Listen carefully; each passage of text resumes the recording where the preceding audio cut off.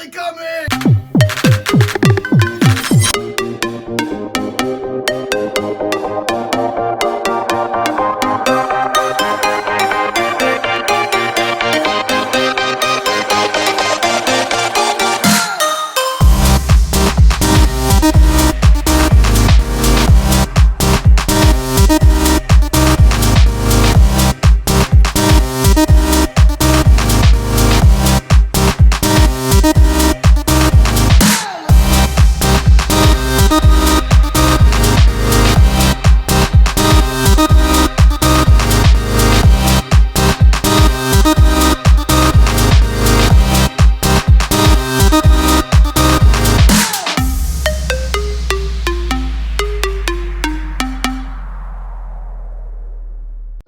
What's going on, YouTube? Today I am going to show you how to do that cool little paint job.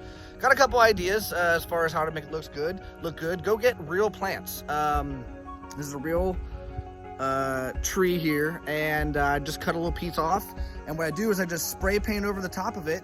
I did a base coat of green, right, and then my second coat I'm going to be using a slightly lighter color green, and I spray paint over the top of some leaves.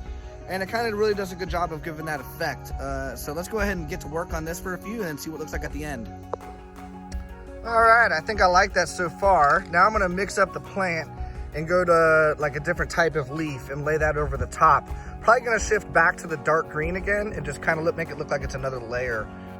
All right, let's get started with the bottom of the tank. I am gonna use a glow-in-the-dark epoxy. This is gonna actually accomplish several things for me. The first thing, obviously, when I decorate it, I'm gonna have a nice glow-in-the-dark bottom to my tank, but also it's gonna reinforce the tank and make the tank a lot stronger. Moving it around over time, you do, warp the tank as you move it. This is gonna reinforce all the edges, and as you'll see here in a little bit, the frame is actually cracked. So this is gonna accomplish two things. It's gonna make a nice glow-in-the-dark bottom, and it's also going to secure that crack. You can see here I have done both sides two different colors. I think when I do start the designing process, I may fix that, but I had a lot more green glow-in-the-dark mix, so figured I'd make the most of it. You can see I'm getting out some of the bubbles. Most people use a heat gun, and I didn't get that on video, but I did hit this with a heat gun to get a bunch of the bubbles out. All right, let's talk about this crack. This is a great way to repair an aquarium. The epoxy does turn into almost as hard as glass, so this will fix that. One thing I will want to point out here in a second is that you don't want the tank to rock. I'm going to give this frame a nice pour over the top.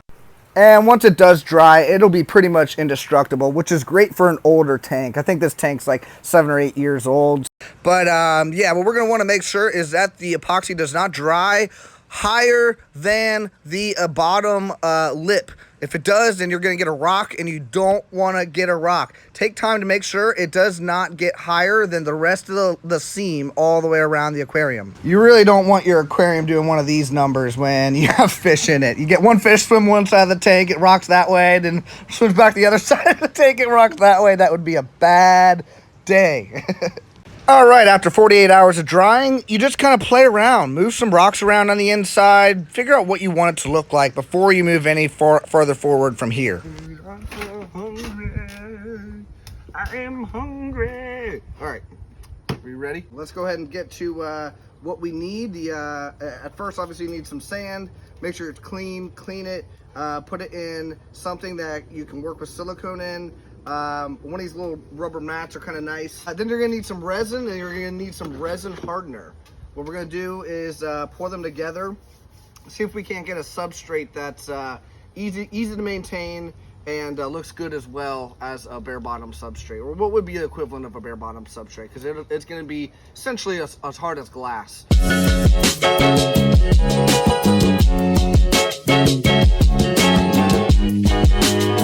All right, you're gonna wanna make sure it's as close to 50-50 as possible, or it can dry a little bit wonky.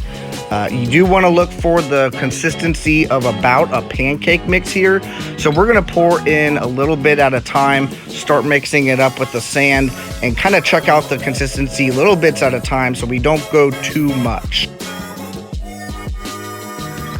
And this is why consistency is important. You can see the close side here. That is perfect. That is exactly what I was going for.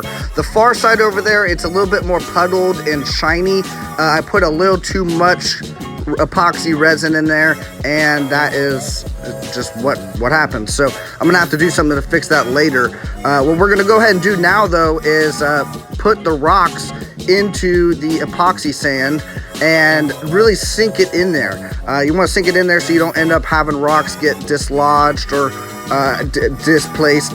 These will hold everything down and give it a really finished look.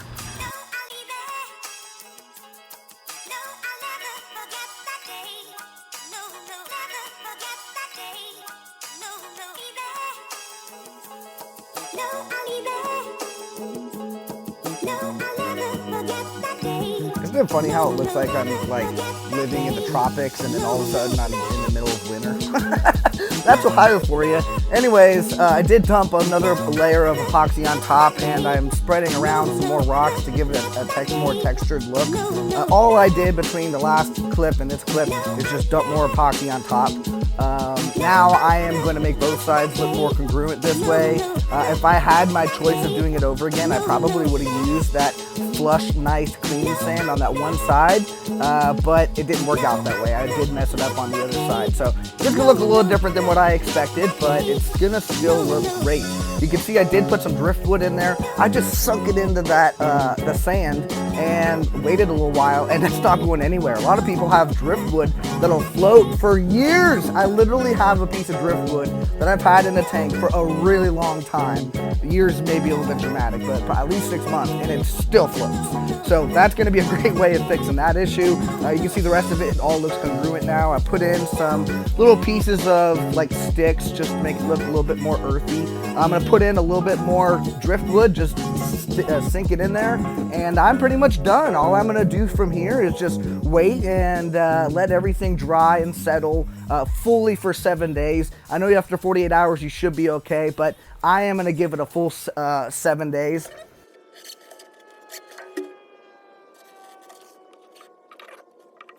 I obviously didn't want to end up with a green pond and a blue pond, so I put some more blue epoxy over the green side, and it created a pretty cool little wave effect that I like after it dried. And there you have it. Man, I love the way this build turned out, and I love that I didn't have to worry about floating driftwood. All three of those pieces were new, and it was just a cinch to put them in there and not have to worry about them. And then also you can see I took some fake plant, stuck those in the driftwood as well, and gave it a real complete finished look. Late at night, it's really cool seeing the epoxy glowing in the dark. That's always awesome to look at, and I tell you what, maintenance is so easy now. There's not digging through sand to worry about. I've not had any issues with the substrate and my discus. They've seemed to really like it. Sometimes when I put in a whole new bucket of water, it'll force all of the poop over to one side of the tank or another side of the tank, and then all I gotta do is stick my siphon in there and scoop over in the corner, and it's over. I got pretty much everything cleaned up there. So you can see how happy these guys are. I love them so much. If you found this valuable, please give me a like, a subscribe, and a share. If you want to head on over to my channel, my aquaponics system is exploding. Look at this thing.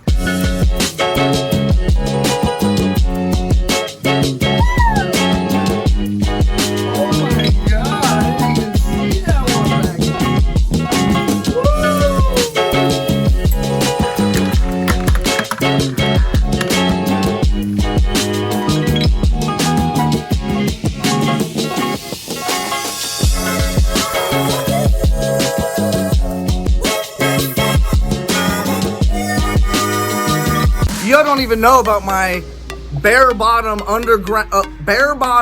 epoxy glow in the dark substrate tank. Yeah, so the substrate is bare bottom, even though it doesn't look like it. It's epoxied over the top, and it's glow in the dark epoxy. It looks really cool. So head on over to the channel, check out some of those. I got some other things in the works. And guys, remember, let's just do it ourselves.